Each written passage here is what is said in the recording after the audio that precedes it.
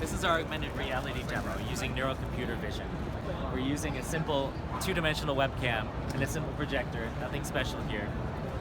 And what it's doing is taking the stream of images from the camera, highlighting the parts that it knows best, and over here creating a full 3D reconstruction.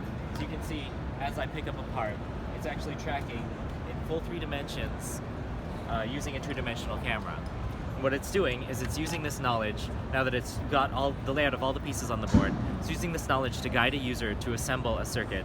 And they don't need to know what they're doing, they don't even need to know how it works.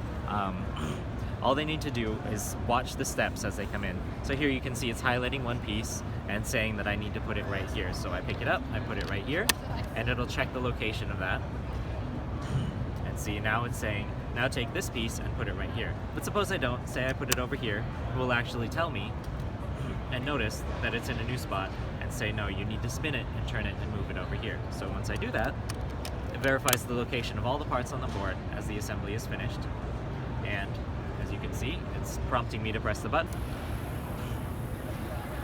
And now we've completed the circuit.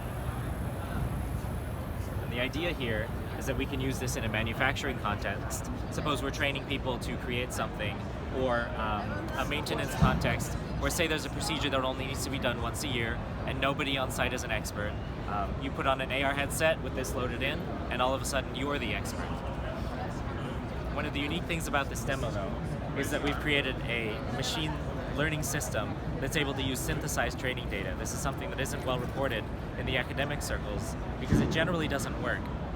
What we've managed to do is make this synthesized data work for this application by taking 3D models of every object that we're looking for, and rendering images of those objects in all sorts of lighting conditions and backgrounds and simulated camera parameters such as blur and low light noise, and we're actually able to make it work in the real world and train a robust system.